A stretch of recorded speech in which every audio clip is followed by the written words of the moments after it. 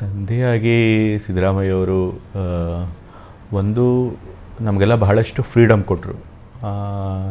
ನಮ್ಮ ಈ ಜೀವನದಲ್ಲಿ ಯಾವುದೇ ಒಂದು ನಿರ್ಧಾರ ತೊಗೊಳ್ಬೇಕಾದ್ರೂ ಕೂಡ ಅವ್ರು ಹೆಚ್ಚು ಯಾವುದಕ್ಕೂ ಕೂಡ ಫೋರ್ಸ್ ಮಾಡ್ತಿರಲಿಲ್ಲ.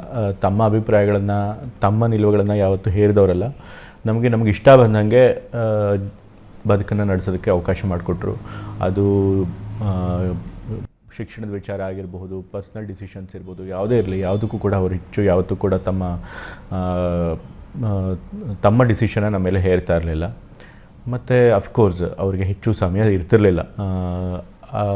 ಆಗಂತೂ ಈಗಲಿಗಿಂತ ಇನ್ನೂ ಹೆಚ್ಚು ಬ್ಯುಸಿ ಇರ್ತಿದ್ರು. ನಾವು ಸಣ್ಣವರಿದ್ದಾಗ ಸದಾ ಯಾವಾಗಲೂ ಓಡಾಟ, ತಿಂಗಳಲ್ಲಿ 15-20 ದಿವಸ ಯಾವಾಗಲೂ ಮನೆಯಿಂದ ಹೊರಗಡೆ ಇರೋದು, ಆ ರೀತಿ ಇರ್ತಿದ್ರು. ಸೊ ಹಾಗಾಗಿ ಅವ್ರ ಜೊತೆ ನಾವು ಸಣ್ಣವರಿದ್ದಾಗ ಇಂಟ್ರಾಕ್ಷನ್ ಕಮ್ಮಿ ಇರ್ತಿತ್ತು. ಬಟ್ ಯಾವಾಗ ಮನೇಲಿದ್ದರೂ ಕೂಡ ಮಕ್ಕಳನ್ನ, ನನ್ನನ್ನು, ನಮ್ಮ ಅಣ್ಣನ ಬಹಳ ಪ್ರೀತಿಯಿಂದ ಮಾತನಾಡಿಸೋರು. ಅಫ್ಕೋರ್ಸ್ ಎಲ್ಲ ತಂದೆಗಳು ಹೇಗೆ ಮಕ್ಕಳನ್ನ ಪ್ರೀತಿಯಿಂದ ನೋಡ್ಕೊತಾರೆ ಹಾಗೆ ನೋಡ್ಕೊಳ್ತಾಯಿದ್ರು. ಬಟ್ ವ್ಯಕ್ತಿಯಾಗಿ ಕೂಡ ಅಷ್ಟೇ, ಅವರು ಮಾತಿನಲ್ಲಿ ಹೊರಟಿದ್ರು ಕೂಡ ಯಾವತ್ತೂ ಕೂಡ ನಮಗೆ ಗದರಿಸ್ತಿರ್ಲಿಲ್ಲ. ಬಹಳ ಸೌಮ್ಯವಾಗಿ ಮಕ್ಕಳ ಜೊತೆ ನಡ್ಕೊಳ್ಳೋರು ನಮ್ಮ ಜೊತೆ. ಸೊ ಎಲ್ಲ ತಂದೆಗಳ ಬಗ್ಗೆ ಮಕ್ಕಳಿಗೆ ಹೇಗೆ ತಂದೆಯ ಬಗ್ಗೆ ಪ್ರೀತಿ ಇರುತ್ತೋ, ಗೌರವ ಇರುತ್ತೋ, ಅದೇ ಪ್ರೀತಿ ಗೌರವ ನಮಗೂ ಕೂಡ ಇತ್ತು. ಆದರೆ ಅವರು ವೈಯಕ್ತಿಕವಾಗಿ ಅವರ ವ್ಯಕ್ತಿತ್ವಕ್ಕಿಂತ ಹೆಚ್ಚಾಗಿ ಅವರ ರಾಜಕೀಯ ಸಿದ್ಧಾಂತಗಳು, ನಿಲುವುಗಳು, ಅವರ ಜನಪರ ಹೋರಾಟ ಅದೇ ನಮ್ಮನ್ನು ಹೆಚ್ಚು ಪ್ರಭಾವ ಮಾಡಿದ್ದು. ಅದೇ ಹೇಳಿದ್ನಲ್ಲ, ಬಾಲ್ಯದಲ್ಲಿ ಭಾಳಷ್ಟು ಅವರು ಸಮಯ ಕೊಡೋಕ್ಕಾಗ್ತಿರ್ಲಿಲ್ಲ ಮನೆಯವ್ರಿಗೆ. ಸೊ ಹೆಚ್ಚಾಗಿ ಅವರು ತಮ್ಮ ರಾಜಕೀಯದಲ್ಲೇ ತೊಡ್ಕೊಂಡಿರೋರು. ಸೊ ಅವಾಗ ಮಿಸ್ ಮಾಡ್ಕೊಳ್ತಾ ಇದ್ವಿ. ಬಟ್ ಆದರೂ ಕೂಡ ಮನೇಲಿ ತಾಯಿ ಇದ್ದರು, ನಮ್ಮ ತಾಯಿಯವರ ತಂದೆ ತಾಯಿ ಅಂದರೆ ನಮ್ಮ ಅಜ್ಜಿ ಮತ್ತು ಅಜ್ಜ ಇದ್ದರು. ಸೊ ಅವರೆಲ್ಲರೂ ಜೊತೆಗಿದ್ದರಿಂದ ಸ್ವಲ್ಪ ಕಾಂಪೆನ್ಸೇಟ್ ಆಗಿತ್ತು. ತಾಯಿಯವರು ಸ್ವಭಾವತಃ ಅವರು ಸ್ವಲ್ಪ ಶೈ ಪರ್ಸನು, ಸ್ವಲ್ಪ ಅವರು ಹೆಚ್ಚಿಗೆ ಎಲ್ಲರ ಜೊತೆಗೆ ಬೆರೆಯೋರಂಥವರಲ್ಲ. ಸೊ ಅದ್ರ ಜೊತೆಗೆ ಅವರು ಕಾನ್ಷಿಯಸ್ ಡಿಸಿಷನ್ ಕೂಡ ತೆಗೆದುಕೊಂಡಿದ್ರು. ಯಾಕೆಂದರೆ ತಂದೆಯವರು ಆವಾಗ ರಾಜಕೀಯವಾಗಿ ಬೆಳಿಬೇಕಾದ್ರೆ ಅವ್ರಿಗೆ ಯಾವುದೇ ಒಂದು ಕೆಟ್ಟ ಹೆಸರು ತರೋ ಥರ ನಡ್ಕೋಬಾರ್ದು, ಅವರ ಅಧಿಕಾರನ ದುರುಪಯೋಗ ಪಡಿಸ್ಕೊಳ್ಬಾರ್ದು. ಮತ್ತು ತಂದೆಯವರು ಅವಾಗಲ ಬಹಳ ಪ್ರಾಮಾಣಿಕವಾಗಿರ್ತಿದ್ರು. ಸೊ ಅವರು ಪ್ರಾಮಾಣಿಕತೆಗೆ ತಕ್ಕನಾಗಿ ತಾನೂ ಇರಬೇಕು ಅನ್ನೋ ಒಂದು ಕಾನ್ಸಿಯಸ್ ಡಿಸಿಷನ್ ಕೂಡ ತೊಗೊಂಡ್ರು, ಮತ್ತು ಅದರಂತೆ ನಡ್ಕೊಂಡ್ರು ಕೂಡ. ಇನ್ನೂ ತಾಯಿಯವರಿಗೆ ರಾಕೇಶನ ಜೊತೆಗೆ ರಾಕೇಶನ ಮೇಲೆ ಇನ್ನೂ ಹೆಚ್ಚಿನ ಪ್ರೀತಿ ಇರ್ತಿತ್ತು. ರಾಕೇಶ್ ತನ್ನ ತಾಯಿಯವ್ರ ಜೊತೆಗೆ ಹೆಚ್ಚು ಕ್ಲೋಸ್ ಆಗಿದ್ದ. ತಂದೆಯವ್ರ ಜೊತೆ ನಾನು ರಾಕೇಶ್ ಇಬ್ಬರು ಈಕ್ವಲ್ ಆಗಿ ಕ್ಲೋಸ್ ಆಗಿದ್ದು. ಮನೇಲಿ ಅವರು ಬೆಂಗಳೂರಲ್ಲಿ ಇದ್ದರೂ ಕೂಡ ಮನೇಲಿ ಜನ ನೋಡ್ತಿರ್ತಾರೆ. ಸೊ ಮನೇಲಿದ್ದರೂ ಕೂಡ ದಿವಸದಲ್ಲಿ ಅಕಸ್ಮಾತ್ ಯಾವ ಥರ ಒಂದು ದಿವಸ ಪೂರ್ತಿ ದಿವಸ ಮನೇಲಿರೋಕ್ಕೆ ಅವಕಾಶ ಸಿಕ್ಕಿದ್ರು, ಅದರೊಳಗೆ ಅರ್ಧ ದಿವಸ ಅವರು ಜನನ ನೋಡೋದ್ರೊಳಗೆ ಕಳೀತಾರೆ. ಸೊ ಹಾಗಾಗಿ ಇನ್ನು ಅರ್ಧ ದಿವಸ ಇದ್ದಾಗ ಅವರು ಮನೆಯವ್ರ ಜೊತೆ ಅಂತ ಮಾತಾಡೋದು ಕಮ್ಮಿ. ನಾವು ಕೂತ್ಕೊಂಡು ಮನೆ ವಿಷಯಗಳನ್ನು ಗಂಟೆಗಟ್ಟಲೆ ಮಾತನಾಡುವಂಥದ್ದು ಇಲ್ಲವೇ ಇಲ್ವಾ, ಬಹಳ ಅಪರೂಪ. ಏನಾದರೂ ತೀರಾ ಇಂಪಾರ್ಟೆಂಟ್ ವಿಷಯ ಇದ್ದರೆ ಮಾತ್ರ ನಾವು ಅವ್ರ ಜೊತೆ ಕೂತ್ಕೊಂಡು ಚರ್ಚೆ ಮಾಡ್ತೀವಿ. ಇಲ್ಲ ಅಂತಂತಂದರೆ ಅವ್ರು ರಿಲ್ಯಾಕ್ಸ್ ಮಾಡೋದಕ್ಕೆ ಬಿಟ್ಬಿಡ್ತೀವಿ. ಅವ್ರು most of the times TV ನೋಡೋದು, ಬುಕ್ಸ್ ಓದೋದು, ಸ್ಪೋರ್ಟ್ಸ್ ನೋಡೋದು ಅದನ್ನು ಮಾಡ್ತಿರ್ತಾರೆ. ನಾನು ಹೇಳಿದ್ನಲ್ಲ, ಅವರು ಹೊರಗಡೆ ಗಡಿಸ್ ಥರ ಕಾಣಿಸಿದ್ರು, ಹೊರಟು ಥರ ಕಾಣಿಸಿದ್ರು.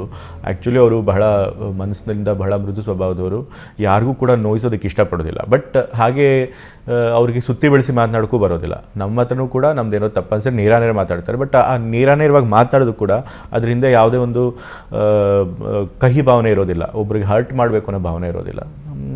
ಆ ರೀತಿ ನೋಡಿದ್ರೆ ಒಂದು ರೀತಿ ಅವರು ಬಹಳ ಇನ್ನೋಸೆಂಟ್ ಕೂಡ. ನಾವು ಮಕ್ಕಳಾಗಿ ಕೂಡ ನಾವು ಅಷ್ಟೊಂದು ಡಿಮ್ಯಾಂಡಿಂಗ್ ಇರಲಿಲ್ಲ. ತುಂಬ ಏನೂ ನಾವು ಮಕ್ಕಳಿದ್ದಾಗ ಡಿಮ್ಯಾಂಡ್ ಮಾಡ್ತಿರಲಿಲ್ಲ.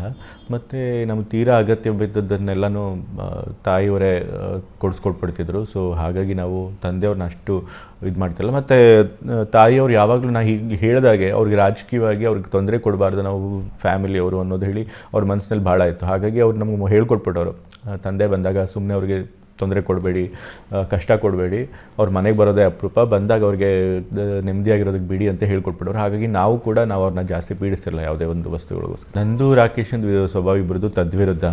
ನಾನು ಯಾವಾಗಲೂ ಸ್ವಲ್ಪ ಇಂಟ್ರೋವರ್ಟ್ ಥರ ಇರ್ತಿದ್ದೆ.